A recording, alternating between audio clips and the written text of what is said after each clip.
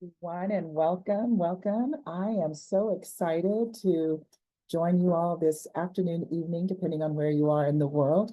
And even more humbled to have this amazing panel of physicians. I was just sharing with Dr. Butler that I'm from a small town in the lovely part of the world, and I was like 40 years old before I first met a Black female doctor.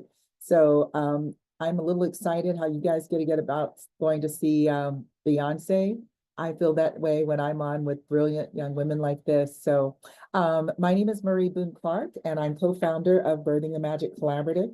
My partner is not, business partner is not with us today. She's off gallivanting, another brilliant Black physician. But joining me today is Dr. Alicia Harris.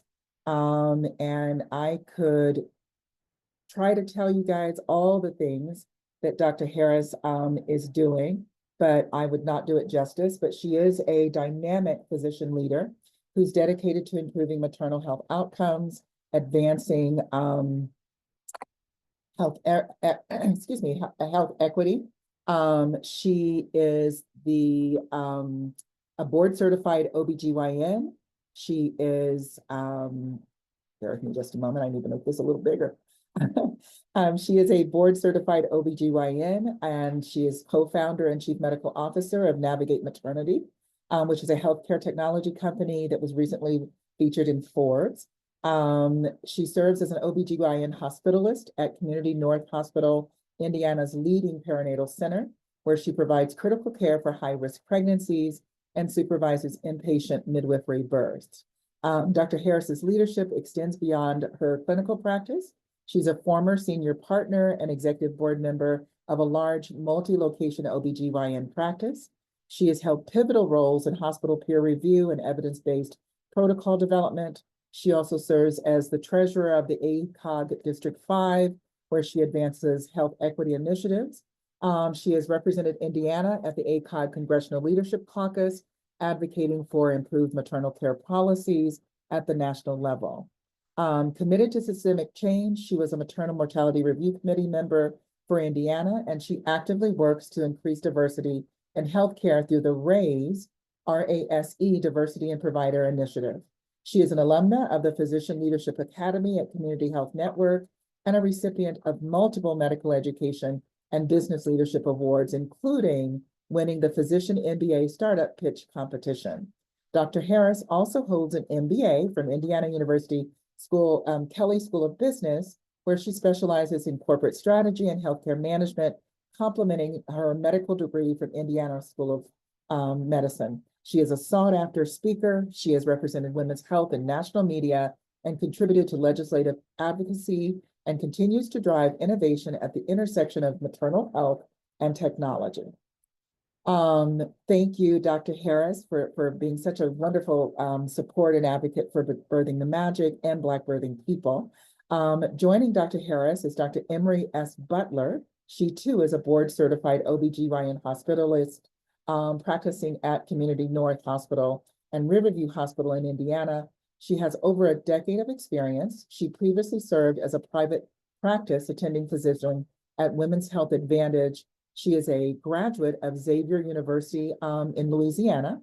She earned her medical degree from Indiana University School of Medicine and completed her residency at St. Vincent Women's Hospital.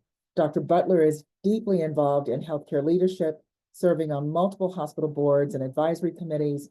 She is founder and CEO of the Emery Butler Foundation, which provides mentorship and scholarships for students in Fort Wayne. She's recognized for her contributions and has received numerous awards, including the Xavier University's 40 Under 40 and the Northside High School Distinguished Alumni Award. I smiled at that 40 Under 40, Dr. Butler, because I think I got shoes older than you are. Dr. Butler is also actively engaged in community service, maternal health advocacy, professional organizations such as the American College of Obstetrics and Gynecologists, and she is a member of the Delta Sigma Theta sorority. So please join me in welcoming both of these beautiful, brilliant women as we have this conversation about a dirty little secret that tends to affect so many Black birthing people. And with that, Dr. Harris, I'll let you level the stage.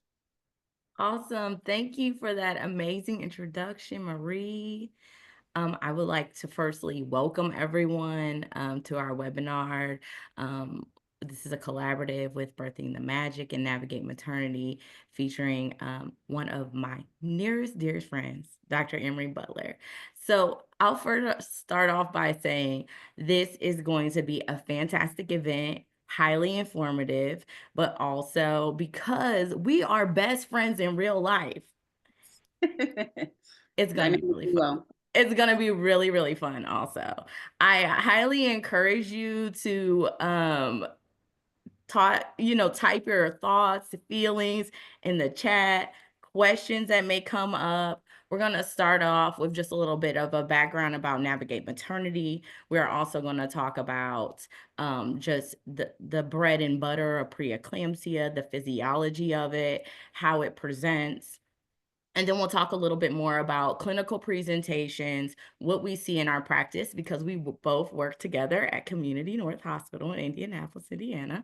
And actually, we're working together yesterday when it was so Insane. busy, it was comical. So we'll talk a little bit more about what we see in our clinical practice and the feedback that we get from our patients who are inpatient with us, experiencing preeclampsia firsthand.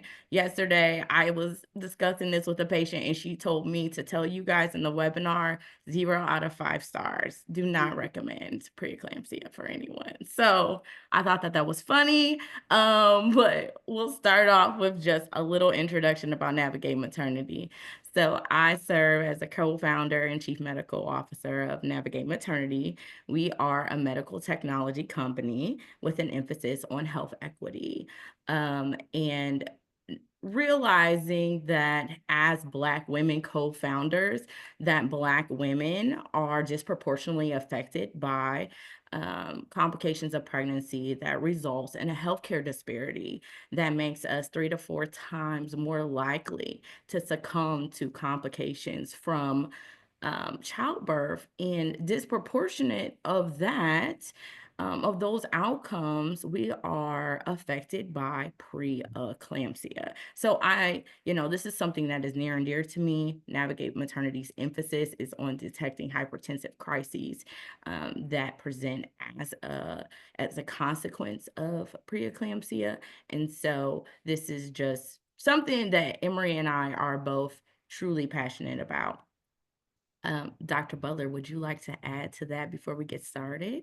Yeah, I already have chills. I'm really big on sharing knowledge, and I think just giving you all these tools to advocate for yourself is really going to change some lives today. So stay tuned. And I may be able to share my screen.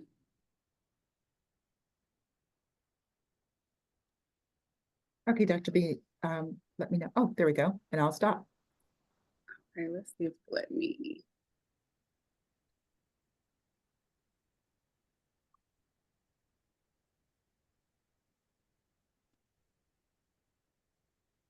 Okay, can you all see it? We can. All right. So, I mean, this is really the tip of the iceberg.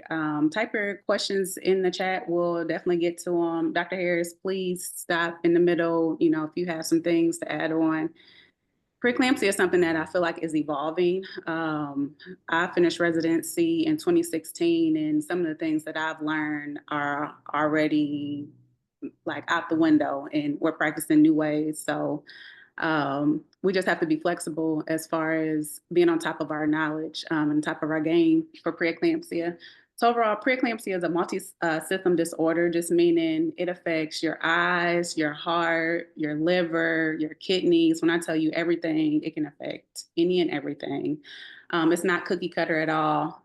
People present in many different ways, and we'll go over those different ways as the presentation goes on. It affects about 3.4% of the population, but being at community right now, I feel like it's probably 50 to 75%. We treat preeclampsia every day, multiple times a day. It's one of the leading causes of mortality for moms and babies. And this goes along with hemorrhage, cardiovascular conditions, and even thromboembolism, so different clot diseases. And preeclampsia is not just a pregnancy issue. It can occur during the postpartum period and also carries on for a long time. So it is important for you to follow up with your primary care physician or even specialist that we recommend because it can put you at increased risk of future cardiovascular disease. And I just wanted to add a little chime to that too with how it affects the neonate. So preeclampsia also results in growth restriction, which makes babies very small. And it is one of the leading indications to deliver a mom prematurely for maternal benefit or for neonatal outcomes. But when you deliver a baby early, that is one of the leading variables contributing to prematurity, which we know is one of the leading causes of death of neonates. And so thus, emphasis that preeclampsia not only affects mothers disproportionately, African American mothers, but also their babies. And so this is something that is so important that we truly improve outcomes regarding this. Absolutely. So just by definition, I know you keep hearing preeclampsia, preeclampsia, and we know it. The medical professionals that's on this talk know it, but there's also a lot of people who are not in the medical profession. So just wanted to share a few definitions. So preeclampsia, by definition, is the new onset of hypertension. This is with or without proteinuria, just meaning protein in your urine, and this is after 20 weeks gestation. And I say with or without proteinuria because when I was training, proteinuria actually had to be criteria for preeclampsia, and this diagnosis was being missed time after time. Women were sick, patients were dying, and so ACOG, who is our governing body, decided to throw that criteria out and say with or without, just so we never again started to miss that diagnosis. And this can also occur, like we mentioned before, during postpartum. So sometimes our moms have had a perfect pregnancy, and then a week or two after delivery, you then present to triage with elevated blood pressures. And this can occur all the way up to 6 to 8 weeks postpartum. Eclampsia by definition is the development of grand mal seizures, and this is in the absence of other neurologic conditions. So what we have to take in consideration if you have a history of epilepsy, we would do other testing to see if this is actually on the spectrum of preeclampsia. And oftentimes, I've seen eclampsia probably once, and the patient didn't have elevated blood pressure. It was just something that she actually presented with. And then there's something as well called HELP syndrome. So if you have ever experienced preeclampsia or the workup for preeclampsia, you either go to the office or you come to triage and we draw labs. And so what we look for is hemolysis, which will be shown by anemia, so low blood count, elevated liver enzymes, or platelets.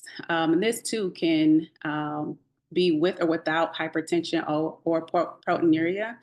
And this is so serious that oftentimes this is the indication for delivery as well, regardless of the gestational age. And I just wanted to just make a point of clarity that hemolysis means for your red blood cells that carry our oxygen throughout our body to burst open and within our bloodstream. And proteinuria is excretion of protein in your urine. And so those are just I want to just level set what those definitions mean. But when someone has hemolysis, their blood loses the ability to clot. So they could have a stroke that then bleeds into their brain. They can have bleeding in the liver. You can have bleeding during your delivery that's excessive, and that is why that is such a severe thing that we take very seriously, and it's a reason to deliver moms.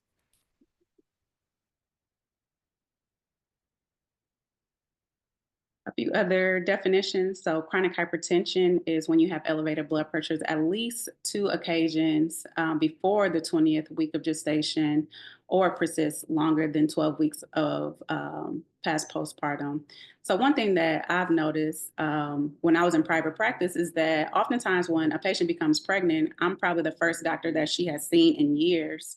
So, sometimes you don't know that you have chronic hypertension or diabetes and those sorts of things. But by definition, if you present with a systolic greater than or equal to 140 or diastolics greater than or equal to 90 on two occasions apart, that gives you the criteria to meet a diagnosis of chronic hypertension. Superimposed preeclampsia is when we already know that you have chronic hypertension, but things are starting to worsen. So either you're starting to spill more protein into your urine or showing more in-organ dysfunction. So as we check for HELP syndrome, we may notice that your liver enzymes are starting to increase, or overall you're starting to have more symptoms. And once again, this is after 20 weeks of gestation. Gestational hypertension is when you have elevated blood pressure or hypertension without proteinuria or other signs of preeclampsia. And this is too after 20 weeks of gestation. The thing about gestational hypertension and preeclampsia, we now treat them the same. So if you have gestational hypertension or you just have preeclampsia, what we call without severe features, our indication of delivery is around 37 weeks. However, if you start to show gestational hypertension with severe features or preeclampsia with severe features, that is indication for delivery at 34 weeks. So this, as far as definition, is all logistics, but our therapy and our treatments are all about the same.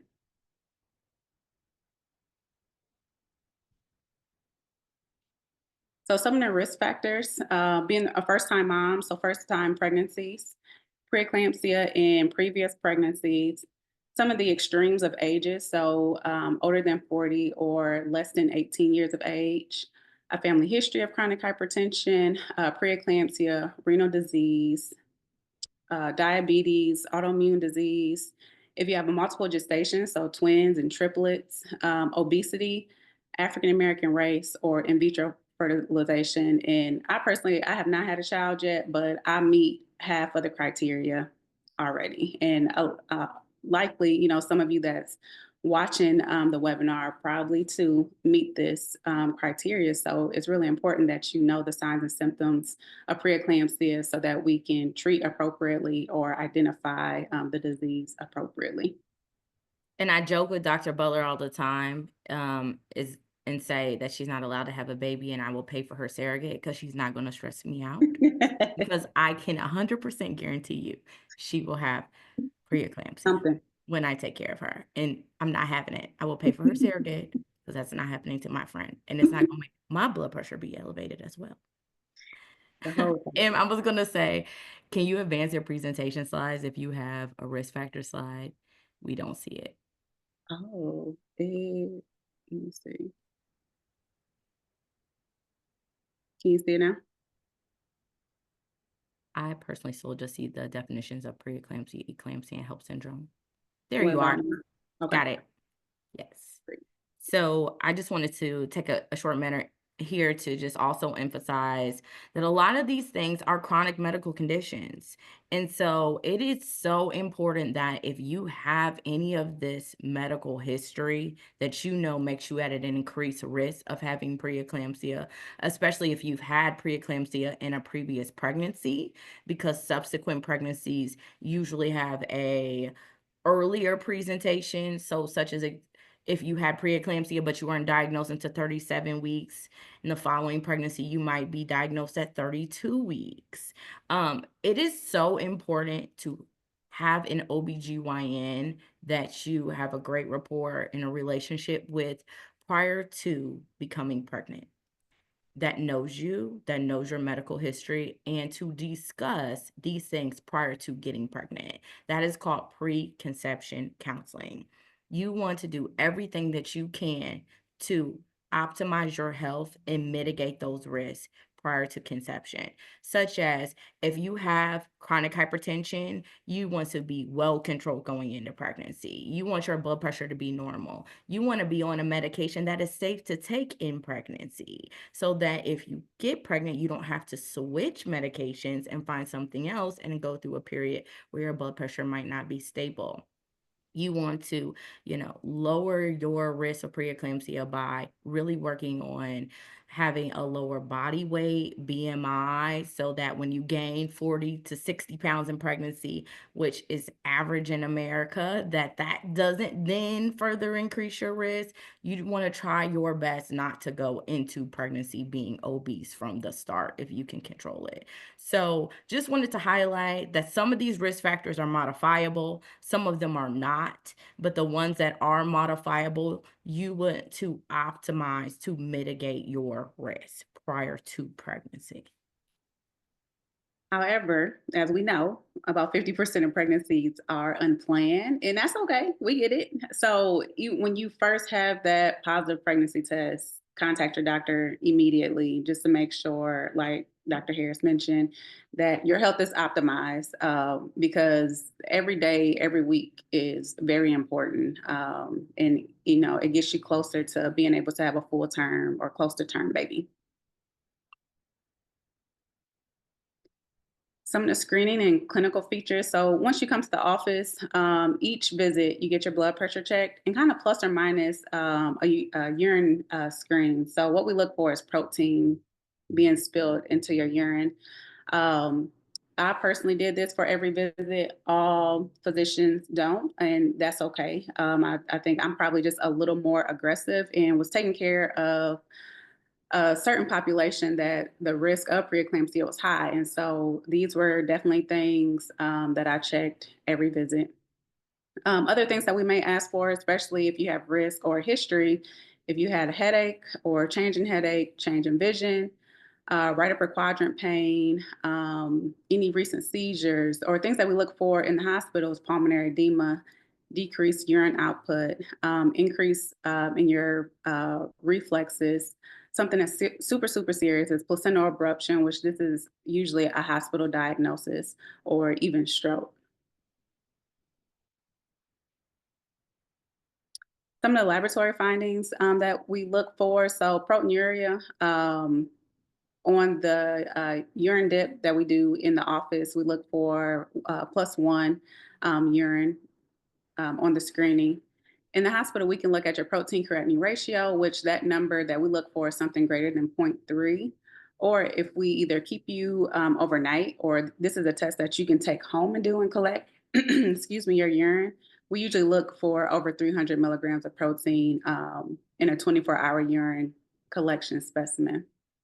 Other things that we look for is elevated creatinine, and that overall just tells us your kidney function. And also, patients who either have a risk for preeclampsia, chronic hypertension, or a history of preeclampsia, I usually would do baseline labs. And so I would have numbers to compare and see if your numbers are starting to double. We also look for a decreased platelet count, so usually less than 100,000, or elevated liver enzymes. And if you remember, overall, this is what we're looking for when we diagnose HELLP syndrome.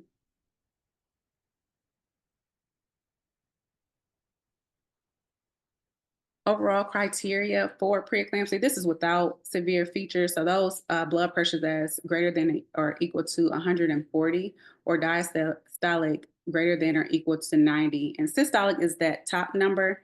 Diastolic is the bottom number on your blood pressure cuffs. And this too is 2 occasions apart, usually 4 hours apart. And this is after 20 weeks of gestation. And like mentioned before, this is indication for us to deliver you at 37 weeks. But this can be diagnosed at any time. However, if you present at 37 weeks or after 37 weeks, we would then start to discuss with you that it's time to proceed with induction of labor or delivery. Then on the spectrum, there is preeclampsia with severe features. So you'll see these are higher blood pressures. That's the systolic greater than or equal to 160, or diastolic greater than or equal to 110. We also look at the amount of protein being spilled in the urine, still asking for those symptoms as far as headache, right upper quadrant pain. We're looking at your liver enzymes, your platelet count, still the creatinine, and then pulmonary edema, which is really, really serious. We're indicated to proceed with delivery at 34 weeks if you have severe features. And as Dr. Harris mentioned at the beginning, we have patients who are, sometimes 24, 25 weeks, sometimes 30 weeks, and we have to keep them in the hospital until 34 weeks to try to stabilize them because they have preeclampsia with severe features. And oftentimes it's hard to explain to patients why they are there because they really don't feel like we're doing anything but just watching. However, once you meet criteria for severe features, we know what your body can do. And oftentimes we have you on medicines that's helping control your blood pressures and you feel fine and your blood pressure is stroke range. So just think if you are at work or you're at home, just going about your daily activities and your blood pressures are that high and nobody's watching, that could be something very serious for you and your child. So that is why we keep these patients in the hospital. We check labs at least twice a week. You're seeing our maternal fetal medicine specialist. They're watching the growth of your baby. So you're getting ultrasounds, if not every 3 weeks. At least every 3 weeks, if not sometimes weekly, depending on what we call Doppler studies, which shows us the blood flow from your placenta to your baby. And overall, you have a great team keeping a close eye on you because we never know what day your body will say, hey, it's time to proceed with delivery. So I know it's super, super annoying to sit at the hospital, but honestly, this is one of the sacrifices that you make for being a mom in growing a healthy child. And I just wanted to add to that. So, our goal is to keep women with preeclampsia with severe features pregnant to 34 weeks, but many don't make it. And that's because they become acutely ill, where their blood loses the ability to clot, their platelets are low, their liver enzymes are high, their kidney function declines, they have horrible headaches, we're worried about them having a stroke, and their blood pressures are just uncontrolled, even though they're maxed out on multiple blood pressure medications. And so that change can happen in an instant. Patients can be great in the morning and not by the afternoon. And we have these patients literally living in the hospital from the time their babies are viable at 23 weeks until 34 weeks, because every day that they stay pregnant is 3 less days that their baby would be in the NICU. And I always tell patients, a week at a time. 1 week of you being inpatient here is 3 less weeks your baby spends upstairs in the NICU. And so it is a huge sacrifice, but that's why I think it's so important that patients have an understanding of the severity of pregnancy, preeclampsia, especially complications, and how that can be so disruptive to your life, your home environment. And right now, like, for example, we're in flu season. So women who have other children, their children can only come to the hospital to visit them for 2 hours a week. So there's just so many, confounding variables of how preeclampsia truly impacts you, your baby, your family life, your job, your ability to be a caretaker for other people in your lives. And that it's so important that we understand this physiology and how you can decrease your individual risk.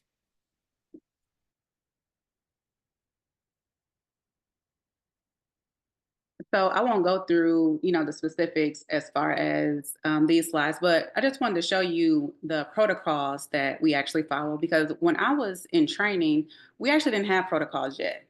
And so we just had an idea as far as like, there's certain medicines that work really well controlling blood pressure. So these are the things that we would use.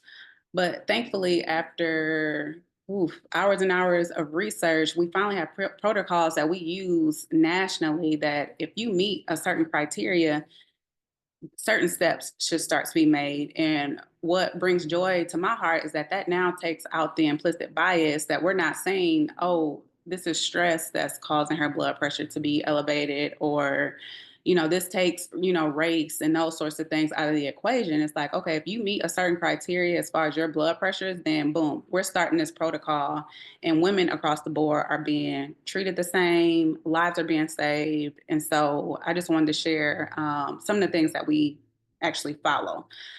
So this is one of the oral medicines that we use. It's called nifedipine or Precardia. And usually this is used if you pretty much come in, what I call come in hot, multiple blood pressures that are severe range and you don't have an IV yet. And so we'll usually give you an oral medicine until you can get an IV in order to hopefully get your blood pressures a little better, well controlled.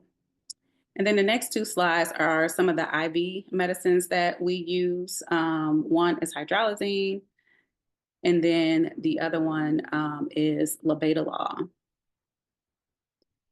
So oftentimes, nothing that we do or many things that we do can cause other symptoms. So precardia can cause headache. We get concerned about that because so does preeclampsia. So if you already have a headache, precardia may not be one of those medicines that we want to use on you.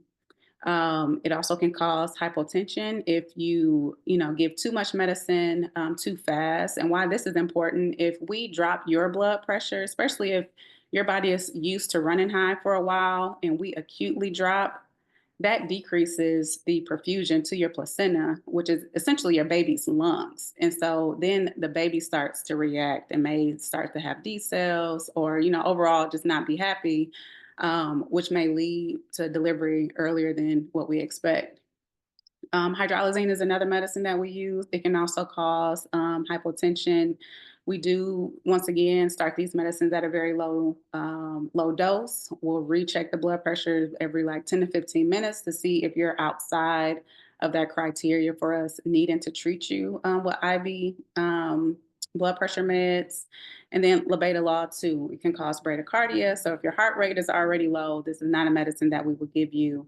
It too can cause hypotension, headache, and sometimes dizziness. So we have to take into account all of these things and look at the overall picture before we just start throwing medicines at you.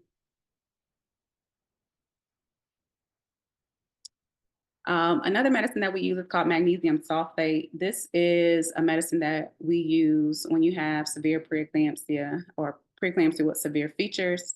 And what this does, it acts centrally and increases the threshold for seizures, and it also helps us control your blood pressures. Um, this medicine runs when you are initially diagnosed, and if we are proceeding with delivery, it then runs 24 hours after delivery. Oftentimes, it's very frustrating to moms because it doesn't make you feel well. And then during that time, especially if your baby has to go to the NICU, the moms can't go to the NICU. And it also breaks our heart. We don't want to, separate moms and babies, but it's definitely important to stabilize moms before we allow you to get up and move around and kind of do your normal activity. And then also one of the things that I hear about when I round on patients, they're like, the nurses are always in every hour, every 2 hours. They're in here poking on me and all sorts of things. We don't want to keep you up at night. We're not trying to annoy you. But magnesium sulfate, especially at the doses that we use, can be very dangerous. And just depending on, this medicine is renally excreted. If your kidneys aren't functioning well and you're not, urinating this medicine off, it can just start to build up in your system. And so what they're coming in to do is what we call a tox check. So they're looking at your reflexes. They're making sure you're not having shortness of breath. We're watching your pulse and overall respiration because it's really a thin line between what we call therapeutic and some of those levels that can also, cause death or cardiac arrest or respiratory distress.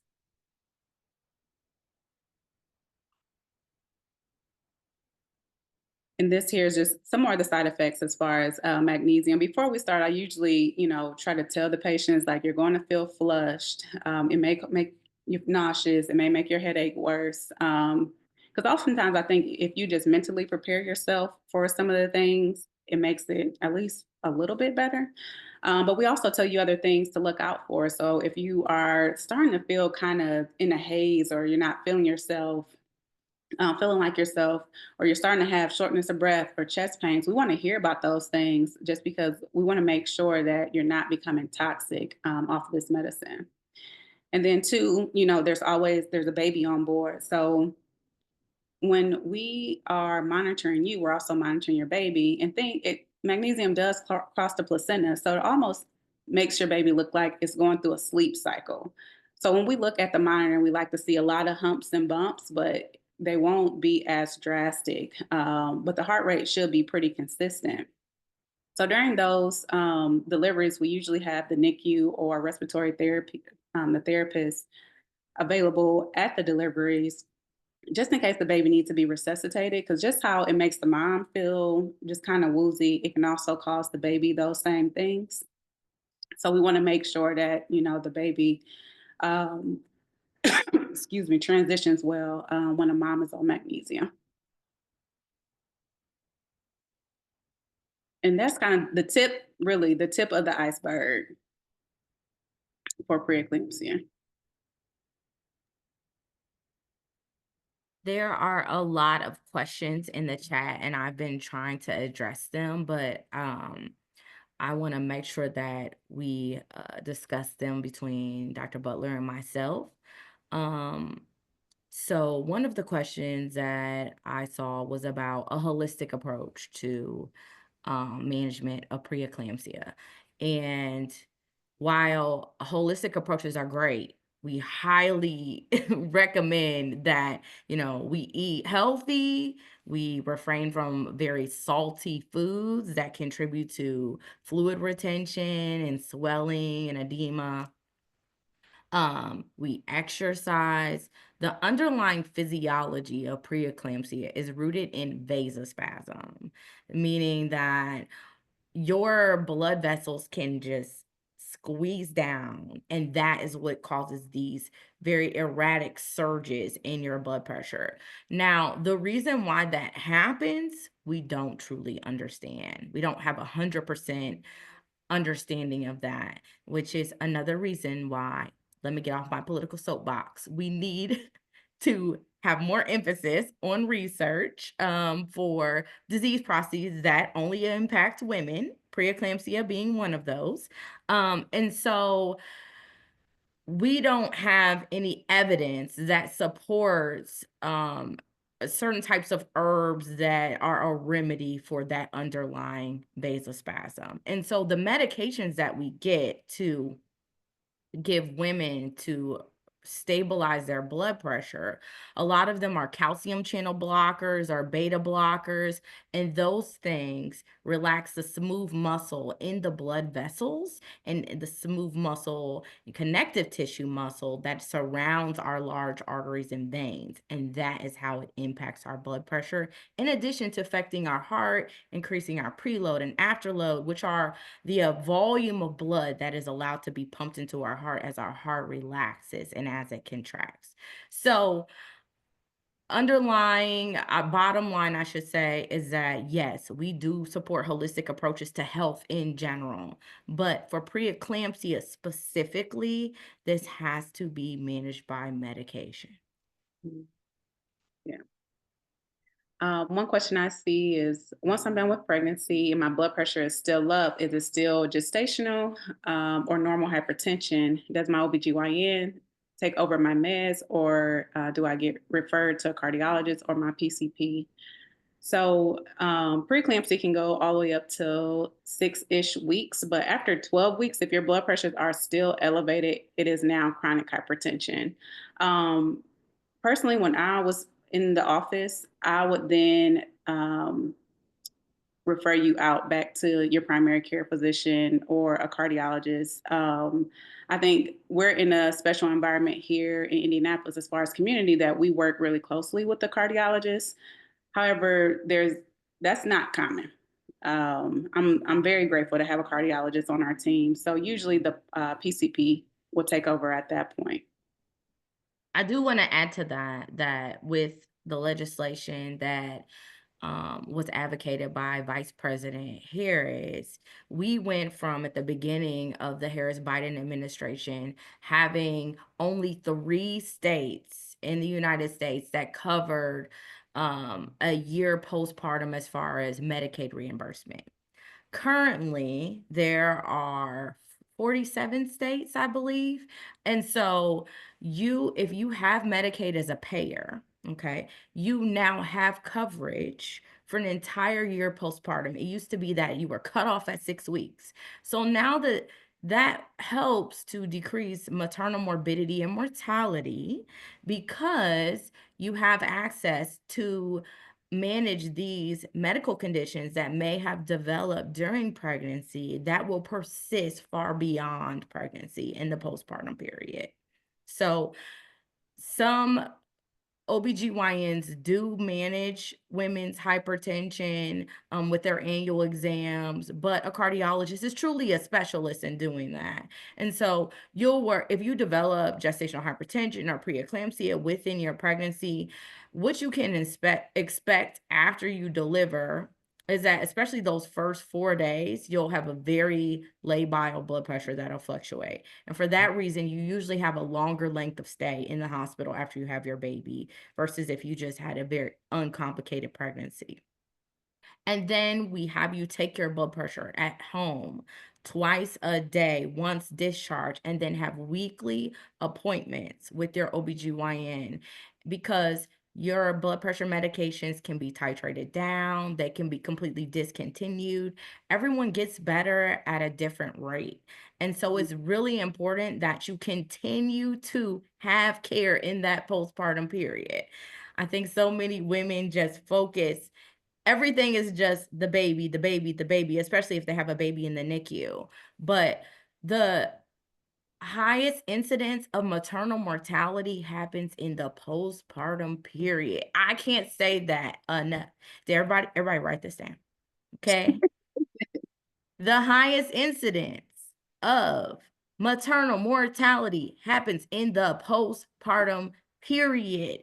And so that is why we cannot just completely lose focus on our well-being in the postpartum period and get completely engrossed in the well-being of our children and babies. You have got to prioritize your own health. And so I just want to drive that home and give a little PSA for Navigate Maternity in this time. So Navigate Maternity, we are a health equity company. Again, we utilize hardware and software to monitor patients during pregnancy and the postpartum period. And we are paid for by your payer. And in Indiana, Medicaid covers us. So if you would like to utilize Navigate Maternity and your provider doesn't utilize us currently, I encourage you to go to our website, navigatematernity.com, and you can enter in your payer information, your doctor's information, and we can check your eligibility and we can get you our hardware and software solution. So our hardware is one of 2 commercially available blood pressure cuffs that has been studied in pregnant, postpartum, and preeclamptic women. So you know that the blood pressures that you are seeing are reliable. And then you are connected to a network of women that look like me, that should your blood pressure be elevated, you know that you need to seek medical attention. You know what the signs and symptoms of preeclampsia are because a little pop-up is coming up saying, do you have a headache? Do you have blurry vision? Do you have chest pain? Do you have pain in the upper right side of your belly? Do you have acute swelling? And even if your doctor is not being receptive to listen to you, you now have data that empowers you to know that something is wrong and you need to seek medical attention and that you need to be taken seriously. It is a tool to advocate for yourself, and it's also a tool for your doctor to monitor you outside of the doctor's office. Because if you're only being seen every 4 weeks and then every 2 weeks in the 3rd trimester, and then weekly at 36 weeks and beyond, so many things happens in between those appointments that we won't even know about if you don't tell us. And one thing that I've noticed is that a lot of women, especially in the first pregnancy, They don't even know to know. They think, oh, I just have this headache because I've had a busy week and, this administration makes me want to cuss. Social media is stressing me out. But they could truly have preeclampsia, or my feet are really swollen because I've just been standing all day. And so I think knowledge is power, and knowing your body is power. And so that's one of the reasons why we created Navigate Maternity, to serve as a tool for women to advocate for themselves and to be better connected to their healthcare team, to replace the subjective implicit bias with the objective biometric data. So that's my little PSA. Mm. I'll step off my soapbox now. I can talk about healthcare disparities all day. Can you put the link or the address in the chat for Navigate? I did, Dr. B. Oh, okay, thank you. Thank you. I wanted to clarify. I know one of the questions is why do parents and babies have to be separated to normalize blood pressure levels? So they don't, but oftentimes, especially with our moms who have preeclampsia with severe features, you're delivered around 34 weeks, if not earlier. And so those babies go to NICU. And so for at least the first 24 hours while the mom is on magnesium, unfortunately, she won't be able to see the baby. Other family members can go to the NICU. You can FaceTime or video chat, take pictures, which I know is not the same as holding your little one. But yes, it's important for us to stabilize the mom those first at least 24 hours. There's a great question in the chat, Emery, about baby aspirin in high-risk pregnant women. And yes, there is so much literature that supports that taking baby aspirin in pregnancy decreases your risk for developing preeclampsia. We usually recommend that you start taking baby aspirin between 12 to 16 weeks gestation. The reason for that, the underlying physiology of it, is that aspirin is an anti-inflammatory, but also it helps to thin your blood just slightly, and that contributes to less preeclampsia or a later onset of preeclampsia during your pregnancy if you do have preeclampsia. And so one of the risk factors for that is that we encourage moms to take baby aspirin is a first pregnancy, being African American, history of chronic hypertension, history of obesity, kidney disease, clotting disorders, autoimmune disorders such as lupus. There are lots and lots of indications to start that. So I definitely just encourage all women, because there's very little risk from taking baby aspirin. And what we've experienced recently in clinical practice is that even women who have no risk factors for preeclampsia often get it.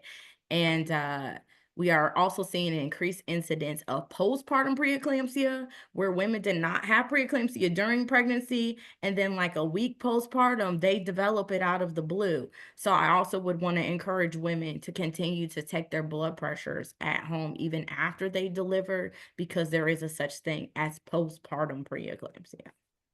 It's worse in the water. Preeclampsia in the water.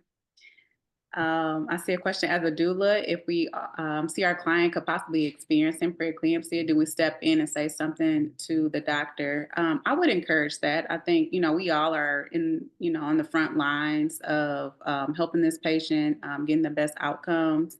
And you are one of the advocates. So absolutely, if you have concern that your patient or your client is showing signs or symptoms, I would definitely, sound the alarm and have them speak to their physician about it. And I would also encourage them to increase their symptoms, write down their symptoms, record them, especially their blood pressures.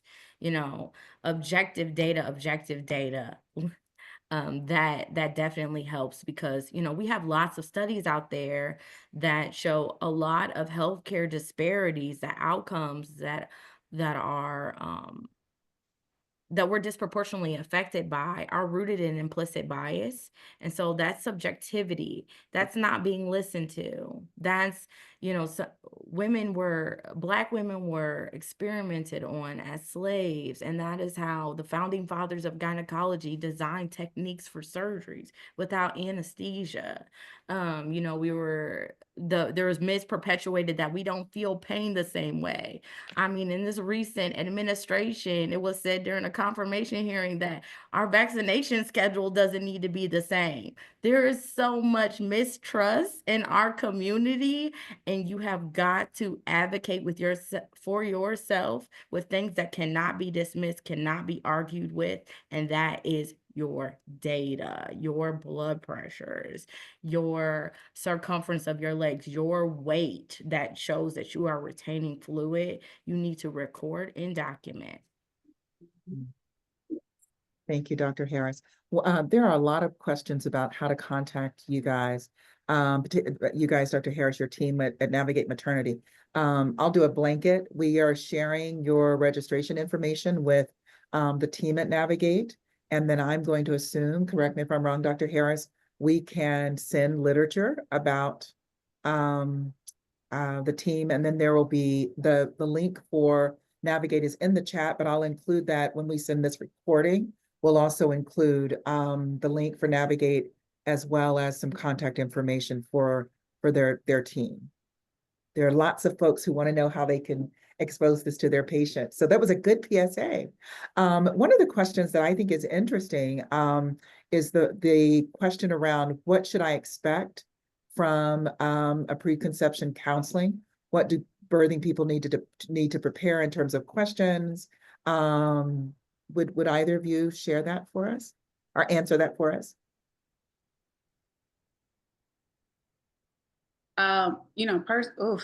That's a loaded question.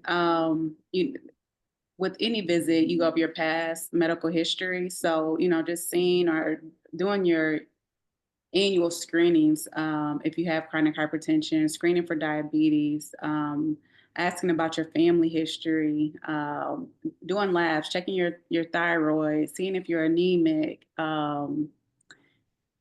seeing how your cycles are. Your cycles, once a month or normal, or are you having irregular bleeding? Update on pap smears, breast exams, mammograms. Like, it's kind of your typical annual exam. However, if you are actually preparing for pregnancy, we also, we'll start to talk to you about taking baby aspirin if you meet criteria for that, and taking prenatal vitamins. So just overall, trying to optimize your health and trying to prepare your body as best as possible to carry a child. Yes, and I would just add to that, we also look at your medication list because there are certain medications that you cannot take while you are pregnant or can affect the fetus in very early development before someone would even realize that they're pregnant, that we would want to get you off of those medications that would be harmful prior to. So I just think it's so important that you just level set with your OB with a preconception counseling visit about the timing and what you can do to mitigate your risk, and establishing that relationship and rapport, because it's a team. And your OB doctor, it has a huge role in your outcome from your pregnancy. So it's very important that you find someone that you work well with, that you trust, that you feel comfortable being vulnerable with and expressing your concerns with. So I think another great point of that visit is to establish that bond and that level of trust. And if you don't have it, find another doctor. It's like finding a good pair of shoes that you love. Keep trying them on until you build that bond. Another thing that we usually talk about with preconception counseling is your prior deliveries. At what gestational age did you deliver? How did you deliver? Was it vaginally or by cesarean? Oftentimes we encourage moms to wait 18 to 18 months to almost 2 years to allow your body to completely heal, from a major surgery. Or if you had early an early delivery. Why? Did you have early labor? Did your water break? Was it blood pressure? You know, some of these things that we can try to prevent is also a huge topic that we talk about in preconception counseling. That's a good point. And I think that goes to this next question, Dr. Harrison Butler. For someone who had preeclampsia, eclampsia, and HELP, and at 22 weeks had to have a DNC, do you think I'll be able to have a healthy pregnancy? And how do I prevent developing preeclampsia, eclampsia, and HELP with my next pregnancy? So one of the points that you made was that window. Other thoughts that you would share? So Wow, that is I'm sorry. complicated. And as I mentioned before, like one of the greatest risk factors is having had a preeclampsia in a previous pregnancy. So I would say to that individual that you would try to reduce your BMI, your controllable medical conditions. Like if you have hypertension, you want to optimize that prior to pregnancy. But for someone like this with such severe complications, you want your preconception counseling to be with a maternal fetal medicine specialist. That's important, that from day one you have a relationship and you're not waiting to get in after your anatomy scan when things might be too late. And so that for that particular individual, I don't think that you can say that it couldn't happen for you. I just think that there's, you definitely have risk factors for that situation or something similar to happen again. And so you want to make sure that you have an awesome healthcare team in place prior to pregnancy starting. Thank you. Thank you. The next questions are related around the use of, well, first, can we clarify baby aspirin versus low-dose aspirin? They are 81 milligrams, correct?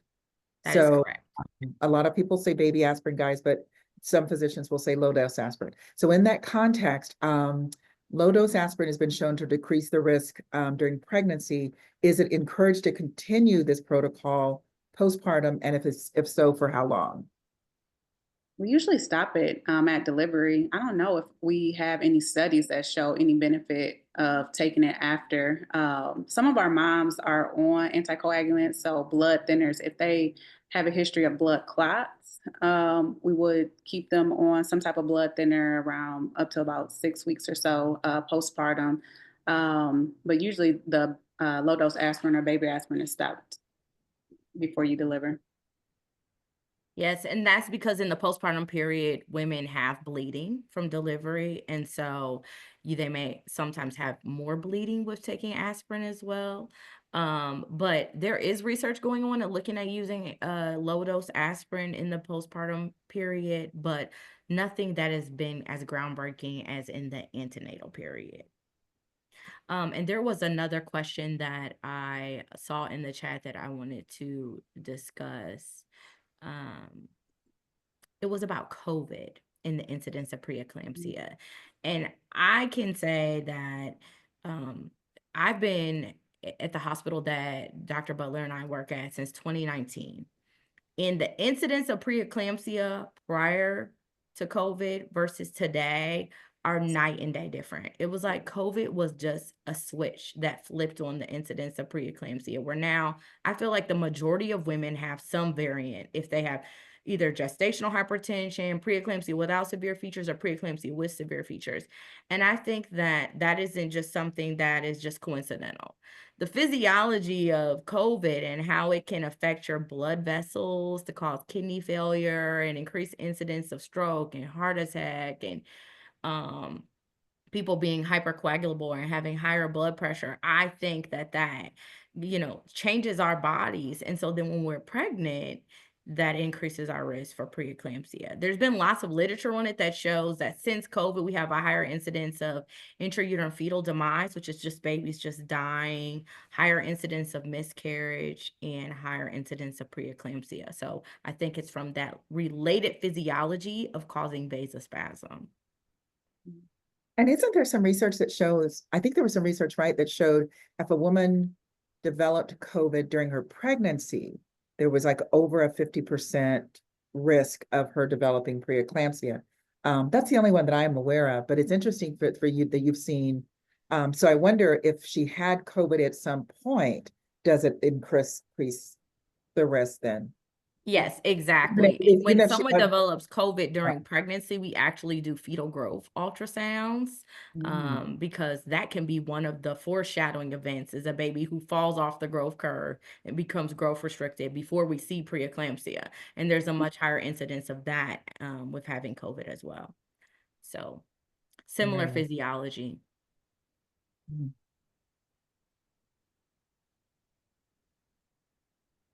I don't see any new questions, but I'm trying to scan. This chat is full. I halfway jokingly told Dr. Butler and Harris that they nearly broke the internet the way VP Harris did, but you definitely have given us a lot of wonderful information. We will have this recording available. Also, for those of you who are practitioners, we're offering 1 CE for nurses. When we email the recording, we'll include a QR code that you can scan, and there are 3 to 5-ish questions that you'll need to answer, and you'll get then the certification for the 1 CE. Stay tuned in March. We're going to do March 11th. We have a workshop with Dr. Shani Belgrave, who is a bariatric surgeon, and Dr. Jamisha Connor, who is an obstetrician. And we're going to pick up on something that Dr. Harris alluded to, which was being at our best in terms of myself included, in terms of our weight journey, our weight loss journey. And they're going to talk about Weight Loss Surgery 101, your pregnancy and postpartum, because there are some considerations beyond just, oh, I got my body snatched. So join us on March 11th. And then the first week of April, we are going to have a virtual maternal health fair. Someone said they want to hear from Dr. Harris and Dr. Butler again. You guys help me in encouraging them to join us for our virtual maternal health fair. But we can come back and have part 2 of this conversation.